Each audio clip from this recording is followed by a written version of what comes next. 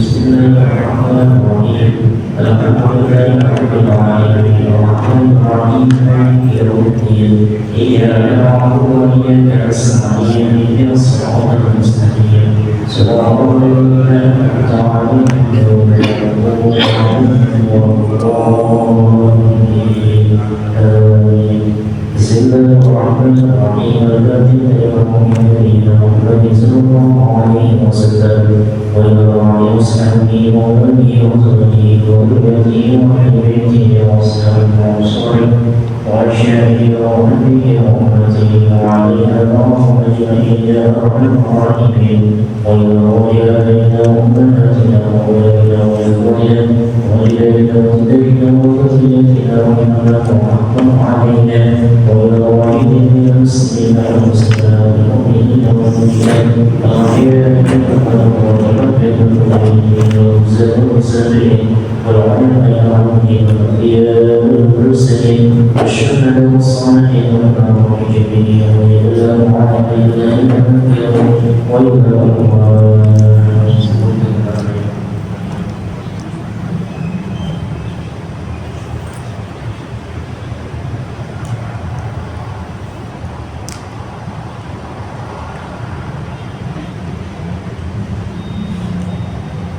وإلى جميع القبورنا إلى وإلى ملائكة الكتاب والمعين على الشجرة من عبد العزيز الحباب وإلى حضرة النبي صلى الله عليه وسلم الفاتحة أعوذ بالله من الشيطان الرجيم بسم الله الرحمن الرحيم الحمد لله رب العالمين الرحمن الرحيم مالك يوم الدين إياك نعبد وإياك نستعين صراط المستقيم صراط الذين أنعمت عليهم غير المغضوب عليهم ولا الضالين آمين يا رسول الله سلام عليك رفيع الشان والدرجات يا رسول الله سلام عليك يا رفيع الشان والدرجات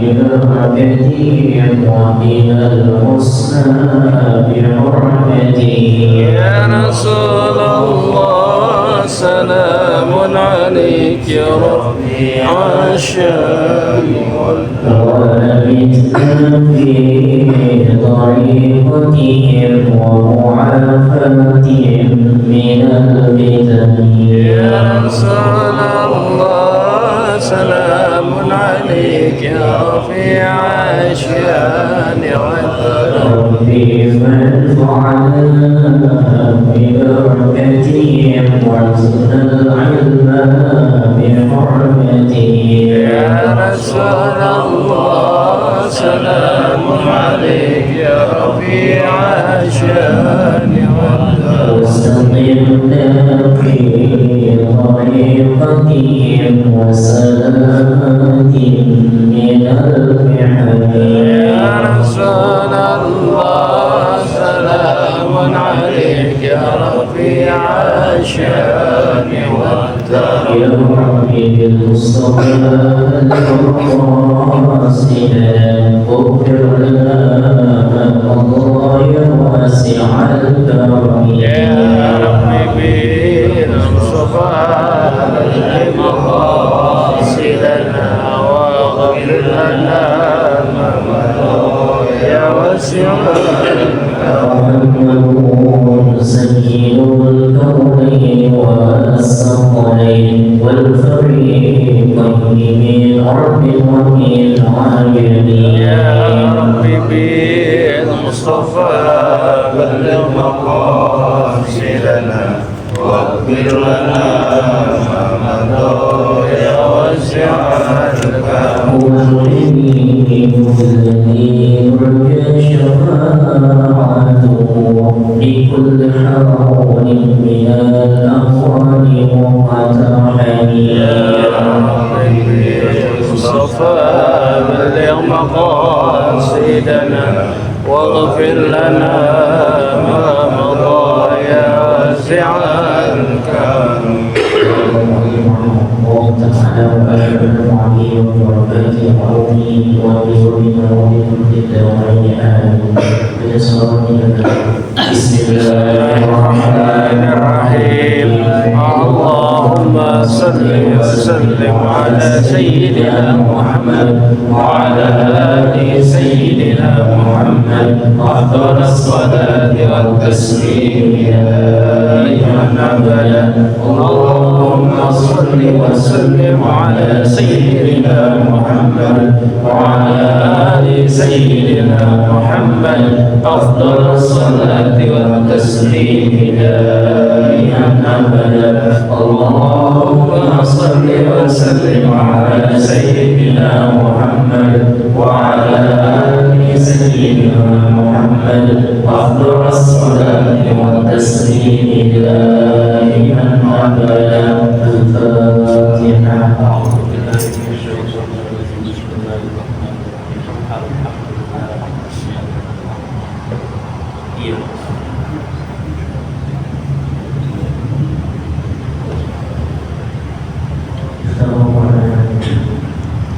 Surat An-Nisa ayat 7. Surat An-Nisa ayat 7.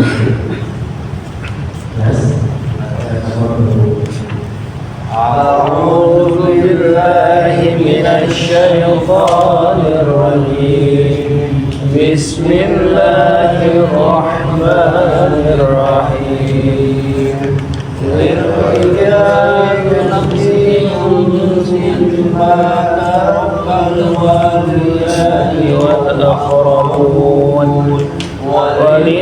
وللنساء نصيب مما ترك الوالدان والأقربون مما قل منه أو كثر نصيبا مفروضا وإذا حضر القسمة أولو القربى واليتامى والمساكين فارزقوهم منه وقولوا لهم قولا معروفا وليخشى الذين لو تركوا من خلفهم ذرية ضعافا خافوا عليهم فليتقوا الله وليقولوا قولا سديدا إن الذين يأكلون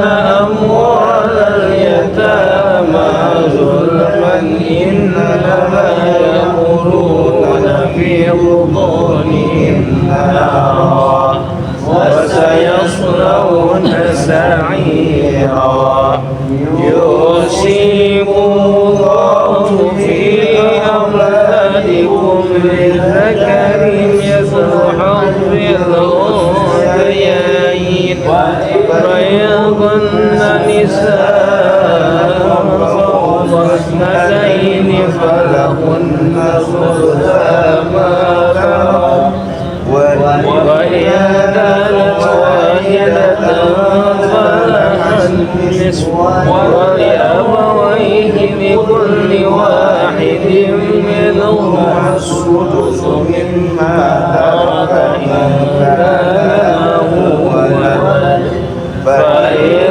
لم يكن له ولد ورثه أبواه فلأمه الثلث فإن كان له إخوة فلأمه الثلث من بعد وصية يوصي بها أو دين آباؤكم وأبناؤكم لا تدرون أيهم أقرب لهم نفعا فريضة من الله إن الله كان عليما حكيما صدق الله العظيم.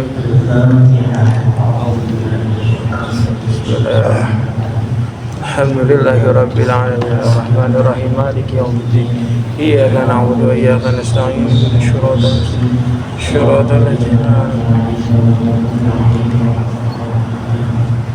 Alhamdulillah alladzi ni'matihi as-salihat wassalatu wassalamu ala sayyidis sadat wa ala alihi wa sahbihi wa tabi'in ila yaumil qiyamah. Allahumma shalli wa sallim ala sayyidina Muhammad wa ala ali sayyidina Muhammad.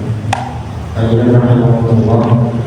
Hari ini kita lanjutkan pembahasan tentang Tauhid halaman 14 yang pada ketiga pemburu sebelum pada ketiga baris yang ketiga dimulai dari wajah jibu bersyahad yang puasa dia tuh awal paragrafnya. Cuma sekarang yang baris ketiganya. Bismillahirrahmanirrahim. Wa yajibu ghuslu sya'ril wajhi, dan wajib membasuh kemudian rambut yang ada di wajah. Min mudbin, daripada bulu mata, wa hajibin hadis, wa syaribin, apa itu namanya, kumis, wa unfuqatin, rambut yang ada di bawah bibir, wa lihyatin, dan juga jenggot. Wahia mana dan itu adalah rambut yang tumbuh ala zamoni, di bawah dagu. Wahuwa mujtama'un, yaitu tempat berkumpulnya Allah yang ini dua rahang. Wa uzamin, dan rambut yang ada di dekat kuping, apa sih namanya? Seluruh jambang. Bukan jambang, ada di sebelah sini nih. Kalau bahasa hajinya mah rambut hati namanya. Wa huwa ma nabata 'ala al-'azmi, yaitu rambut yang tumbuh pada tulang yang lurus sama kuping. Nah, itu dah semuanya. Wa 'aridin wa huwa man haqa 'anhu ila al-lihyah. Kemudian juga rambut jambang, rambut yang ada pada posisi akhir daripada rambut hati itu sampai jenggot, ilal lihya. Paragraf selanjutnya, wa minal wajhi humratu asy-syafataini. Kemudian sebagian daripada bagian wajah adalah merahnya dua bibir yang asli. Kan bibir ini, cuma yang merah aslinya yang di bibir kita itu juga bagian dari wajah. Wa mawdi'ul ghamami, dan tempat ghamam. Apa itu ghamam? Wa huwa ma nabata 'alaihi sya'r, tempat tumbuhnya rambut yang ada di kening. Duna mahalin tahzib, bukan tempat tahzib. Alal asahi wa huwa ma nabata 'alaihi sya'rul khafif baina ibtida'i, yaitu rambut tipis di antara awal rambut hati-hati dan tempat dua sisi dahi kita. Biasanya di sini ada nih.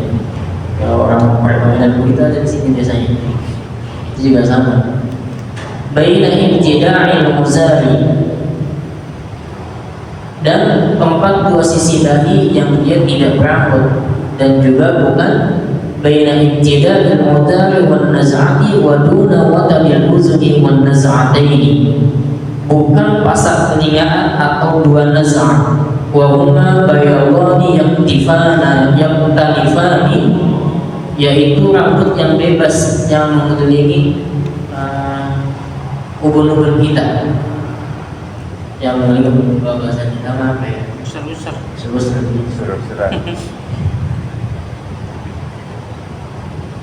Yang tanifani an-nasiyati wa mawdi'ul sala'i wa huwa ma bainahuma, dan juga disunahkan untuk membasuh setiap anggota yang tidak disebut sebagai wajah.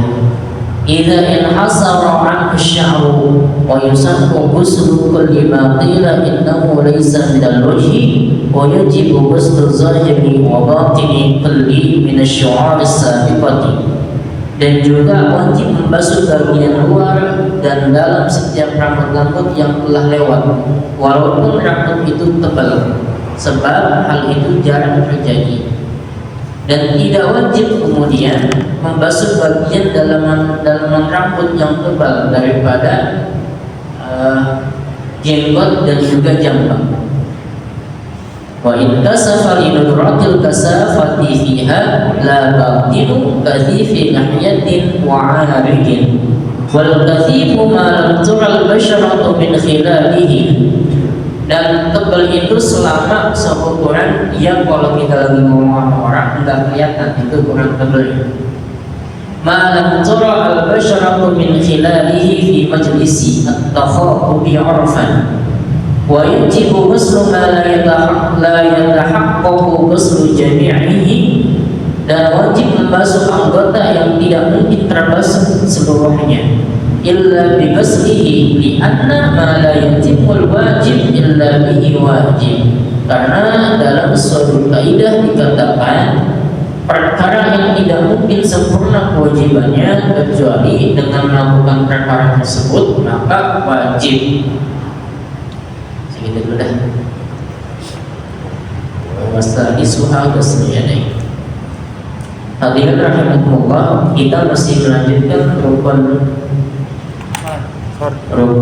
wudu, yaitu yang kedua membasuh wajah. Kalau ngomongin wajah ini berarti kan yang dimaksud adalah apapun yang ada di wajah, baik itu bagian dari kulit wajah maupun itu bagian dari rambut wajah yang kita kenal dengan bulu-bulu yang ada di wajah. Makanya ketika Al-Quran menyebutkan di dalam surah Al-Ma'idah, idza qumtum ilas shalah faghsilu wujuhakum, yang pertama yang atas, maka yang dimaksud apakah wajah doang atau apapun yang ada di wajah? Kan begitu pertanyaannya. Maka yang dimaksud kemudian faghsilu wujuhakum adalah apapun yang ada di wajah maka itu harus dibasuh ketika berwudu. Maka kalau seandainya mau dihitung bulu-bulu atau rambut-rambut yang ada di bagian wajah ini jumlahnya ada 17, cuma tidak diterangkan secara detail di sini. Nah, dari 17 kalau misalkan semuanya itu tipis, dia harus kena air. Makanya di dalam kemudian ketika berwudu pada bagian wajah harus dipastikan semuanya kena air. Kalau seandainya ada satu bulu aja atau rambut di bagian wajah yang dia tidak kena air, maka wudunya tidak sah. Mana aja? Yang pertama adalah bulu mata. Ini bulu mata kita ini harus kena air. Satu helai bulu mata kita nggak kena air ketika membasuh wajah, maka wudu kita nggak sah. Bulu mata, bagi kalau bulu matanya ditampil pakai bulu mata apa? Palsu. Coba dulu. Kenapa? Karena takut dikhawatirkan dia tidak kena yang asli yang terhalang. Wahajibin, termasuk alis. Alis ini kan dia fungsinya dia nahan keringat, sehingga kemudian kalau keringatan dia nggak masuk ke mata. Menjaga mata juga dari sinar matahari itu mata sama alis. Coba kalau kita bayangkan alis kita banyak kayak rambut ini, capek, nggak perlu cukur juga. Tapi sekarang di model-model ini apa namanya? Iya, ada yang dikerok, disulam anis begitu. Awal tako. Iya itu. Dirubah-rubah. Ada yang alisnya segitiga, ada yang alisnya naik ke atas, ada yang alisnya kayak gunung. Ada yang cetar. Ada yang cetar pembahan. Yang ketiga kumis. Kumis ini kan bulu yang ada di atas bibir. Nah, kalau di sini namanya apa nih? Antigon. Dan ya. Ada yang Kumis sebut dan jenggot. jenggot. Ada yang bilang dan, ada yang bilang atau guru.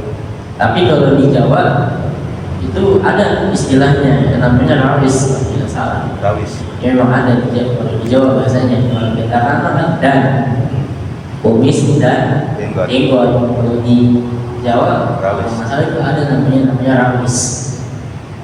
Nah itu namanya. Nah ini juga harus kena wudu. Terus kemudian apa? Lihya itu jenggot. Nah kalau jenggot ini ada dua aturannya. Kalau dia jenggotnya tipis, dia wajib luar dalam. Artinya rambut yang jenggot itu, kemudian dan kulitnya itu harus terbasuh dengan air. Kalau jenggotnya tipis, standarnya apa? Standarnya dalam kita, kalau kita ngobrol sama teman kita, kulitnya kelihatan. Jadi kalau misalkan saya ngobrol sama Bang Hayu ini kulitnya kelihatan begitu, itu artinya jenggotnya tipis dan dia harus terkena air wudu kalau jenggotnya tipis.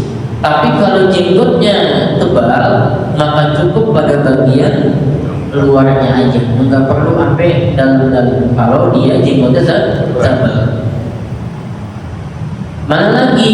Kemudian adalah dua bibir merah kita.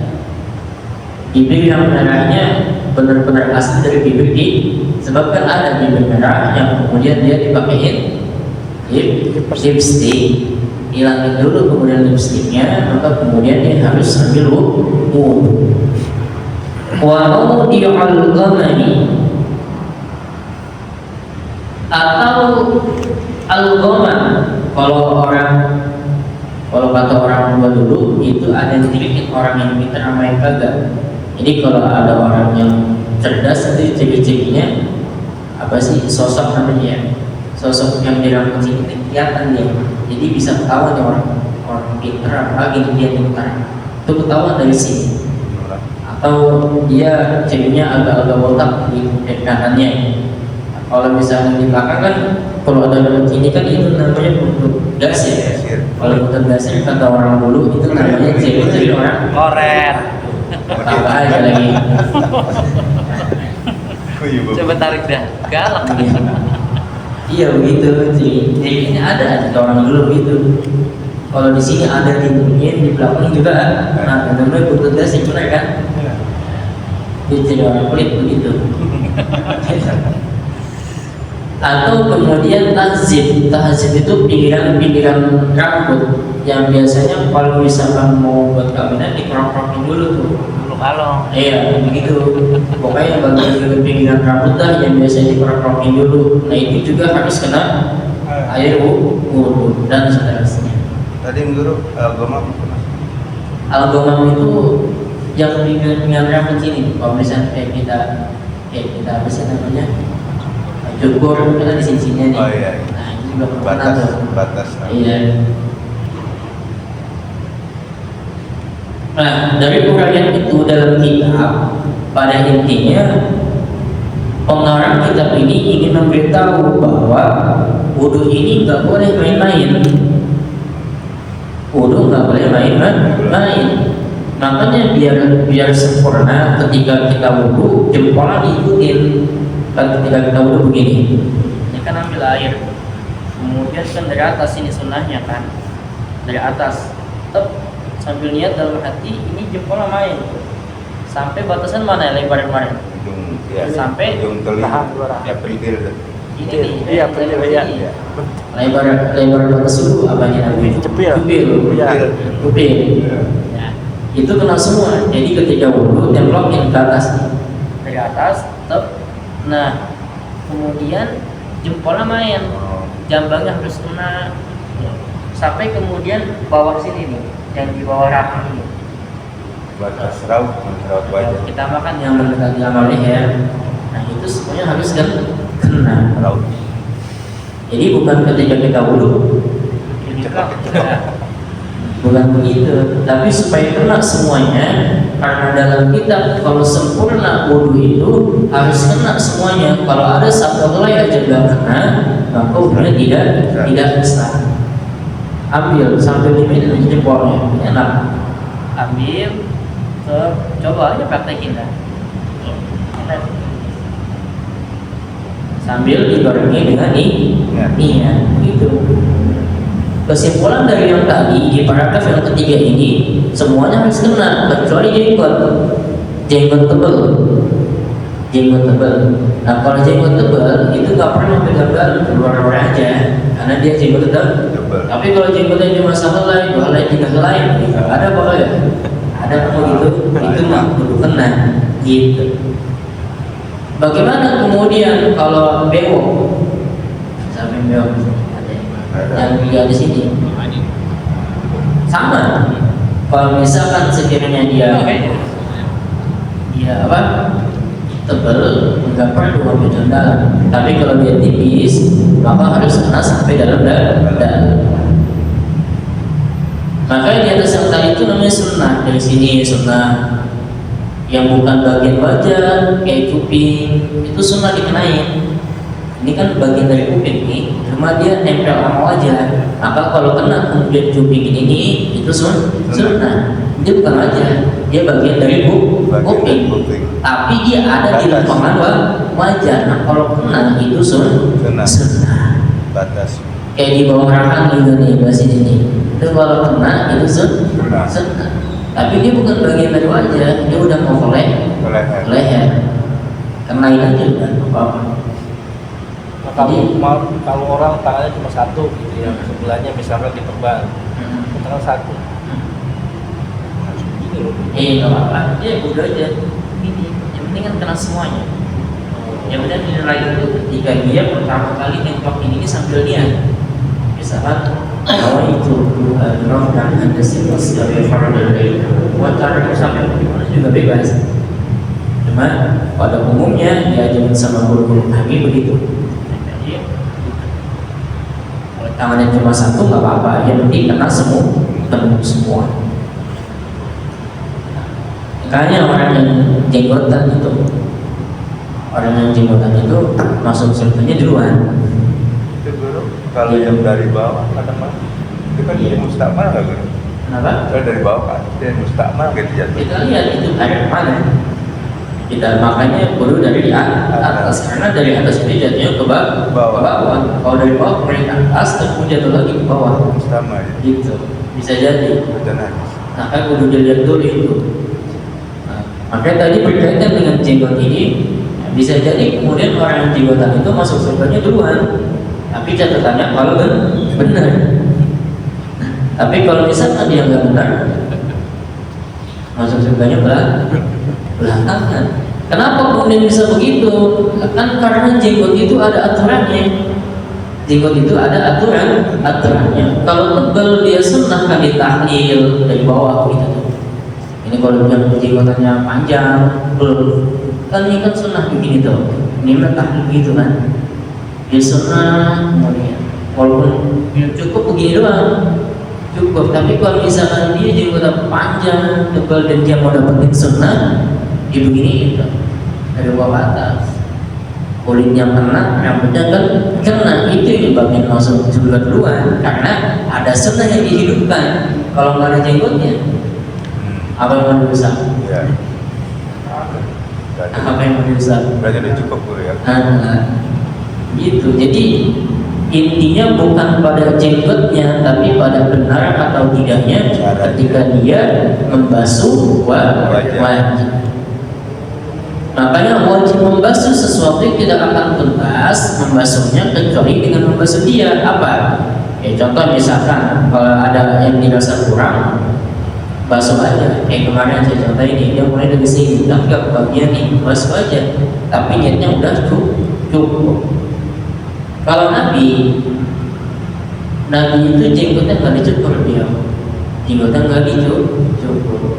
Di dalam mazhab Imam Syafi'i juga ketika mencukur jenggot itu hukumnya makruh. Sedangkan mazhab-mazhab yang lain itu hukumnya haram. Kita di Arab di Arab Saudi sana. Kalau ada orang mau jadi pegawai negeri begitu, itu kalau nggak jenggotan nggak terima, beneran. Coba aja tanya. Karena memang sudah menjadi sunnahnya dia, kebiasaan dia dan mengikuti Nabi Shallallahu Alaihi Wasallam.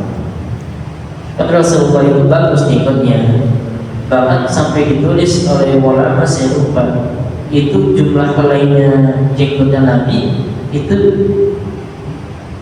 124.000. Di sini ya nih, kali cakepnya kita makan bisa dihitung, bisa dihitung kan? Barang 1, 2, 3, karena kita cukup ya nih. Gak apa-apa, itu kan sunnah aja. Yang penting pada intinya adalah bukan pada jenggotnya, tapi pada benar atau tidaknya. Begitu. Lanjutkan nih, wasadisuha ghuslu yadayhi. Yang ketiga adalah membasuh kedua tangan, min kaffaihi wa dhira'ihi, dari dua tapak tangan dan juga dua lengan.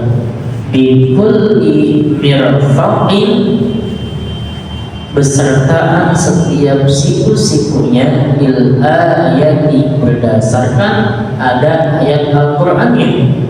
Wa yajibu ghuslu jami'i ma fi mahalil fardi min sya'rin wa zufrin wa intala. Dan wajib membasuh seluruh anggota yang berada pada tempat yang wajib dibasuh, dari rambut-rambutnya, rambut yang di tangan, kemudian kuku-kukunya, walaupun kuku itu panjang. Far'un, cabang masalah. Lau nasiya, seandainya orang itu lupa, lum'atan, tidak membasuh sedikit, fanghasalat fi taslisin, dari anggota wudu, lalu anggota itu terbasuh pada basuhan yang ketiga, au i'adati wudu'in, atau dia mengulang wudunya, li isyanin, karena lupa, la lahu la tajdidin, bukan karena memperbaharui wudu, tajdid wudu, wa ihtiyatin ajza'ahu, dan juga berhati-hati maka hal tersebut mencukupi. Maksudnya begini, hadirin rahimakumullah, rukun fardu wudu yang ketiga adalah membasuh kedua tangan. Tapi sebelum masuk ke pembahasan itu, karena sedikit doang di sini, saya ingin menarik suatu hal yang sangat luar biasa di dalam Al-Quran. Bahasa Arab tangan itu kan apa? Ya, yadun. Yadun dalam bahasa Arab artinya tangan. Tapi dalam bahasa Arab makna yadun itu ada 3 pengertian. Pertama, yang dimaksud yadun itu dari sini sampai sini nih, sampai pergelangan doang. Ini namanya yadun. Terus kemudian yang kedua, makna yadun itu dari sini sampai siku. Ini juga maknanya yadun. Yang ketiga, makna yadun juga dari ujung sini sampai sini. Iya, ini namanya juga yadun. Jadi yadun dalam bahasa Arab yang artinya tangan itu ada 3. Ada yang cuma sini doang nih, ada yang sampai siku, ada yang sampai bahu. Nah, oleh karenanya kemudian Al-Quran memberikan kesempatan kepada manusia agar dia bisa mengeluarkan hukum daripada itu. Ada kalanya kemudian Allah tidak memberikan kesempatan kepada manusia untuk dia bisa berijtihad mengeluarkan hukum. Contoh tadi wajah semuanya sepakat bahwa harus kan kena bagiannya ini, ayatnya ini, udah jelas. Tapi ketika kemudian Allah mengatakan tentang tangan, itu menariknya Allah itu kalau tidak memberikan catatan maka akan beda hukumnya. Kan di dalam ayatnya faghsilu wujuhakum wa aydiyakum ilal marafiq. Allah bilang begitu, tambahannya catatannya ilal marafiq. Kalau tidak ada kata al marafiq di situ, wa aydiyakum ilal marafiq artinya kan tangan sampai siku. kalau Allah tidak memberikan catatan ilal marafiq, itu bakal beda hukumnya. Ulama-ulama juga bakal beda mengambil kesimpulan hukum dari kemungkinan yang tiga tadi. Bisa jadi kemudian kalau Allah tidak memberikan catatan al marafiq, bisa jadi hukumnya cuma segini doang, karena ini juga tangan. Atau ulama lain berpendapat segini doang, segini. Sampai sikut. Atau ulama yang lain berpendapat dari sini sampai sini. Kalau bicara tentang tangan doang. Tapi menariknya Allah itu memberikan catatan wa aydiyakum ilal marafiq. Marafiq itu artinya siku. Bisa jadi begitu. Jadi enggak kemari-mari. Sebab itu juga tangan. Atau orang kemudian dia sampai sini wudunya. Sampai bahu. Basah kan? Lebes. Basah. Tapi menariknya Allah kemudian memberikan catatan wa aydiyakum ilal marafiq. Sebab kalau ngomongin tangan, Qur'annya begitu catatannya wa aydiyakum ilal marafiq. Allah bilang dalam Quran, was-sariqatu faqta'u aydiyahuma. Pencuri laki-laki dan pencuri perempuan itu dipotong tangannya kalau dia nyolong. Semana dipotongnya? Segini doang. Tuh, sepergelangan doang dipotongnya. Sepergelangan doang. Enggak ada dipotong sampai siku. Nah, itu juga bagian tangan, tapi tidak ditambahkan ilal marafiq. Itu menariknya. Coba kalau misalkan wasariqatu faqta'u aydiyahuma, sampai sini maknanya udah nggak ada tangannya. Tapi ketika kemudian Allah mengatakan faqta'u aydiyahuma, segini doang maknanya, ini juga tangan. Makanya tangan dalam bahasa Arab bisa bermakna dari sini sampai sini, dari sini sampai siku, dari sini sampai bahu. Begitu. Pergelangan aja. Maka tadi bisa jadi wudu itu cuma sepergelangan doang. Tapi ketika tadi Allah berikan catatan al-marafiq, maka Allah tidak memberikan kesempatan untuk ulama manapun dari mazhab manapun untuk mereka mengambil kesimpulan hukum, sebab Allah udah bilang pasti kalau wudu sampai sini aja nih, sampai siku. Sehingga Allah tidak memberikan kesempatan bagi para mujtahid untuk pemikirannya jadi berjalan, karena udah diketok pasti sama Allah wudunya cuma sampai siku. Yang tadinya bisa jadi mikiran sepergelangan, yang tadinya bisa mikir sampai siku, yang tadinya bisa mikir sampai bahu, semuanya diputus oleh Allah. Udah kata Allah sampai siku aja. Cuman sunnahnya yang ketiga ini membahas tangan sampai siku, tangan sampai siku itu bagaimana wudunya? Kan begitu pertanyaannya. Siku itu yang pertama sampai terakhir kalau dari ayat. Tangan sampai siku. Siku itu yang terakhir sampai terakhir apa yang pertama? Yang terakhir. Wa aydiyakum ilal marafiq, tangan sampai siku. Kalimat sikunya ada kalimat yang pertama apa kedua? Pertama apa terakhir? Terakhir. Maka bagaimana kalau misalkan orang yang punya begini doang? Ini namanya dari siku apa dari tangan dulu? Siku. Dari siku dulu apa dari tangan dulu? Nah, kita kalau begitu mau nggak? Ya. Umumnya kita dari siku dulu terus ke bawah kan? Begini. Iya. Iya apa enggak? Iya betul. Benar kan? Betul. Padahal ayat Allah bilang wa aydiyakum ilal marafiq. Berarti kalau yang bunyinya begini sah apa kagak? Berlawanan.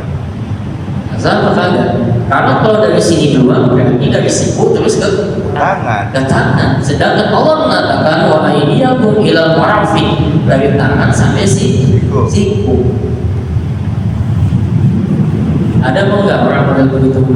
Ada. Enggak ada. Alhamdulillah enggak ada. Wa aydiyakum ilal marafiq. Nah, pertanyaan besar kemudian, nah orang yang wudunya begitu bagaimana? Dia wudunya sah apa enggak? Kira-kira wudunya sah apa enggak? Siapa yang wudunya siku duluan berkata? Itu kan bertolak belakang dengan kalimatnya fardu wudu yang ketiga. Fardu wudu yang ketiga ghuslu yadayhi, dan dari ayatnya wa aydiyakum ilal marafiq, tangan sampai siku. Sah apa nggak kalau begitu? Sah aja. Untungnya ulama itu nggak kaku, cuman sunnah aja kata para ulama. Kalau dia ngelakuinnya yang benar, yang penting semua bagian tangan antara tangan sampai siku semuanya kena air. Wes lah, yang penting kena air udah sah gitu. Harusnya kan begini, ketika dia ambil dari tangan sampai siku, terus turun indah tuh. Ini yang benernya bukan popnya doang, bukan cuma kesek-kesek doang gitu, tapi diambil terus kemudian turunin. Kalau misalnya tangan kanan yang dibasuh pakai tangan kiri dibantuin. Nah ini yang benar, baru sesuai dengan ayat Al-Qurannya juga, sesuai juga agar supaya airnya juga nggak jatuh-jatuhan, bukan cuma gesek-gesek doang itu. Makanya maksudnya sampai siku, apakah sikunya itu kena air apa enggak? Kan gitu pertanyaan lagi. Maka disebut di dalam ayat Al-Qur'annya wa aydiyakum ila al-marafiq. Nah, ila di situ disebut dengan namanya goyah. Hal goyah dakhilah tahtal mughayah am ghayru dakhilah. Apakah kemudian siku itu sampai sini apa sampai mana begitu? Maka ulama mengatakan wa aydiyakum ilal marafiq, serta siku-sikunya juga. Maknanya siku itu harus kena air. Artinya kalau siku ini enggak kena air, maka wudunya enggak sah. Nah, kalau ingin sempurna dilebihin dikit. Ini namanya apa ya? Bisa apa? Segini dah nih. Ini kan siku nih. Lebihnya segini nih. Biar apa? Trisep nama trisep lah. Iya, setengah pertengahan lengan. Itu sunahnya sampai situ. Supaya apa? Supaya kita pasti dan yakin bahwa bagian siku itu kan kena air. Jadi dalilnya mana? Di surat Al-Maidah ayat 6. Wa aydiyakum ilal, setelah fagsilu wujuhakum, membasuh muka, kemudian wa aydiyakum ilal marafiq. Itu dalilnya dari situ. Jadi ketika bapak-bapak ditanya dalilnya mana, itu akan dulu siku dulu, kan begitu. Sikunya terakhir apa duluan? Tapi kalau dia melakukan kayak gitu jangan disalahin, itu juga kan. Yang penting dia kena air. Makanya disebut kemudian membasuh tangan bukan hanya tangan doang, apapun yang ada di tangan, kayak dulu di tangan sini. Kemudian misalkan ada kutil di tangannya, atau misalkan jarinya lebih ada 6, jarinya kan 5, ada juga kan orang jarinya ada 6. Ada. Pernah nemu apa enggak? Siapa nemuin soalnya? Cengkeh namanya. Iya. Apa namanya? Cengkeh. Dia ada tumbuh jari di sini nih. Ya. Apapun itu yang ada di antara tangan ini sampai siku, dia harus kena air. Mau bulu, mau kutil, mau tangannya lebih, semuanya harus kena. Bagian Bagian dari situ harus kena. Makanya kan kalau dulu jangan yang begitu, kan dari tahu ilmunya, kemudian santai aja begini. Pesan dulu. Bagaimana kalau misalkan kita lupa? Ada satu titik kemudian nggak kena air. Contoh misalkan di tangan kiri ini lewat, misalkan dia diulang lagi untuk kedua kalinya kena air atau ketiga kalinya kena air, bagaimana? Sah atau tidak? Dia wudhu yang pertama ada satu titik misalkan di sini dia nggak kena air, kemudian dia ulangin lagi basuhan yang kedua atau basuhan yang ketiga, sehingga kemudian dalam titik ini di basuhan kedua atau ketiga jadi kena air, sah atau enggak? Sah atau tidak? Sah. Kenapa sah? Karena disempurnain sama dua tiga. Karena apa? Disempurnain sama yang dua ketiga. Karena disempurnakan oleh yang kedua dan juga yang ketiga. Jadi sah atau tidak? Sah. Pokoknya kalau sampai dia nggak kena air, nggak sah. Wajib diulang lagi mulai tangan itu, terus wajah, kemudian terus kan.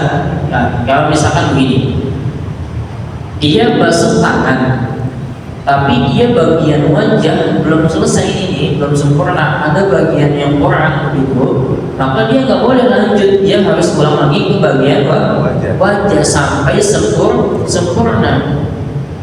Atau dia ingin membasuh kaki tapi di tangannya belum selesai, maka balik lagi dia sempurnakan yang sebelumnya sampai sempurna, kemudian baru lanjut pada bagian anggota tubuh yang lainnya. Kenapa? Karena dalam wudu fardunya nanti yang keenam adalah tartib, dia harus berurutan, nggak boleh lompat-lompatan. Nggak boleh sak ya? Kenapa? Nggak boleh sak berarti ya, nggak boleh ragu. Nggak boleh sak, dia harus sempurna. Tangan kiri ada cat, dan salat maghrib, habis sholat sadar, gimana? Kita habis sholat maghrib, terus habis sholat kita sadar, aduh ini ada cat ini di sini nih. Itu gimana sholat kita? Sah nggak? Tidak. Hah? Sah tidak? Enggak. Karena udah Biasa karena wudunya kan iya. nggak masuk air. Kalau wudunya nggak masuk air berarti sholatnya nggak sah. Karena dia berarti sholat tanpa wudu.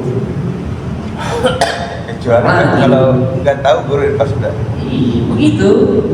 Berarti nggak boleh Nah kalau misalnya jaraknya nggak lama, tinggal terusin aja. Tapi kalau jaraknya lama, wudu lagi dia. Wudu lagi, udah paling bagus wudu lagi. Kan disempurnakan wudu. Atau wudu ihtiyat. Wudu ihtiyat itu wudunya ragu-ragu.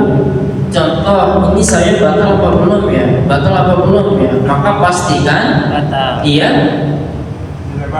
pastikan batal. ini saya batal apa belum ya? Batal apa belum ya? Pastikan batal. Maka pastikan Batal. belum.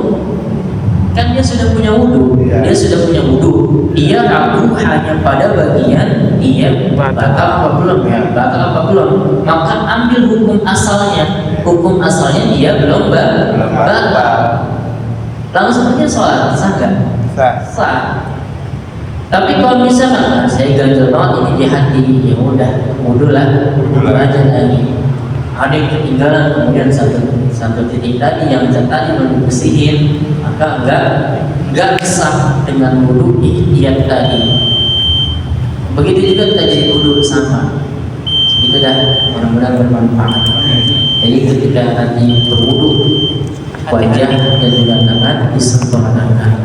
Allahumma fa'alna bima 'allamtana wa 'allimna yanfa'una warzuqna 'ilman nafi'an wa taqabbal alhamdulillah wa taqabbal majlis. Alhamdulillahirabbil alamin. Subhanakallahumma wa bihamdika asyhadu an la ilaha illa anta astaghfiruka wa atubu ilaik. Wallahu muwaffiq ila aqwamit thoriq. Wassalamu alaikum warahmatullahi wabarakatuh.